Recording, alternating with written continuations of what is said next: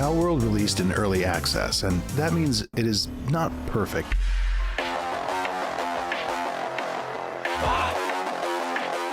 Technically, not even a finished game. Big. A week after early access release, Palworld devs Pocket Pair put out a roadmap on Steam that mentions a few basic things like game-breaking bugs, rollback issues, and a few new features like PvP and Steam crossplay with Xbox. That's all well and good, but I really feel like there's still a few key features missing that would make the game so much better.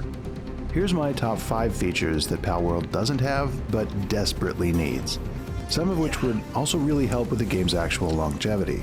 A topic that many out there are discussing right now. It's a fun game. Show me evidence. It's a fun game. Don't bring my wife into this. Let's get into it. Okay, so this one might sound stupid, but trust me, it's not. I get why you can't pause in Palworld multiplayer, but why is there no pause button for single player? And well, what happens if you need to step away from the game for a second? Oh, what the fuck?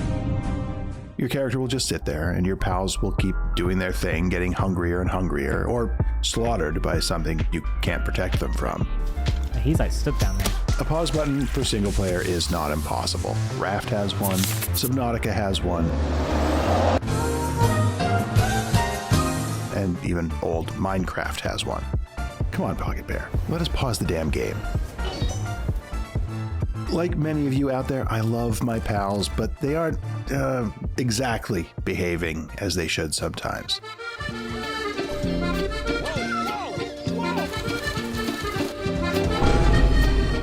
But most of all, I feel like having more direct control over what pals do would be great. Now the Melpaca does not know my plan, so it will just keep attacking it until it's dead.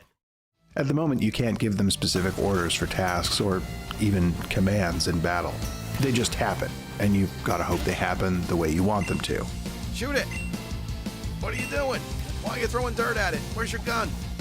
I'd love to be able to block pals from taking on certain tasks, or to train them so they could develop new passive skills. There are some games out there that give excellent control over your minions, like Dwarf Fortress and RimWorld. But they're both pretty detailed management games, and good AI is kind of what they're supposed to have. As far as survival games go, Ark Survival Evolved has many ways for you to control its dinosaurs, and a lot of the base building gameplay in Conan Exiles relies on giving orders to your thralls. We hope that one day you'll be able to order your pals around the exact same way. Also, maybe they'll stop acting so fucking weird. Not you, Depresso. You are perfect. One other thing they kind of mentioned was raid bosses. And while that's a step in the right direction, we'd like to see them make use of the open world a bit more. Palworld's dungeons are already home to rare pals and awesome loot, but they don't offer much variety. Right now, the majority of dungeons are caves, but I'd love to see Palworld add a wider assortment of dungeons like castle ruins or underground bases.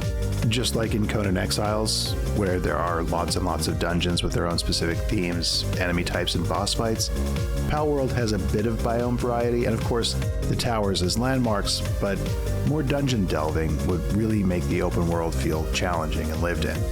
And it would add longevity to the game, as exploration is much harder to get bored of compared to other features. One more thing the devs mentioned on Steam was improvements to the building system. And boy, does the building system need improvement. There just isn't that much customization or variety available when it comes to materials or the pieces themselves. They have a lot of stiff competition in this area from other survival games like Valheim, where people could literally build whole sprawling Viking towns.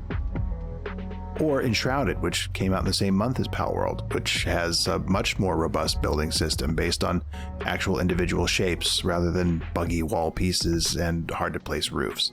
God, it really is finicky. Most bases in Palworld look like open-air messes right now, and I'd like to see that change. One of my all-time favorite Minecraft updates is the update Aquatic, which added new sea creatures, undersea exploration, and other water-themed features to the game. Monster collecting games always have tons of water, but it's rare to see them use that water in an interesting way.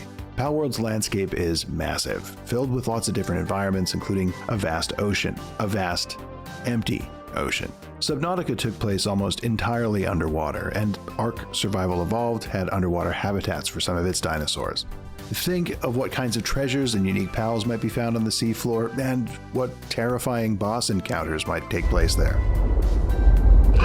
Exploration is one of my favorite parts of Palworld, and I really want to see what's going on under the sea, maybe in a PAL-operated submarine. This feature would also add a lot of longevity to the game and would be a breath of fresh air if you feel like you spent a lot of time roaming through the open world and already collected all the PALs. What are some of the features that you'd like to see added to Palworld? Do you think this game will stand the test of time, or are people just going to get sick of it in a couple of weeks? Let us know in the comments, and subscribe to our channel for more collections and perspectives on games that are really worth playing.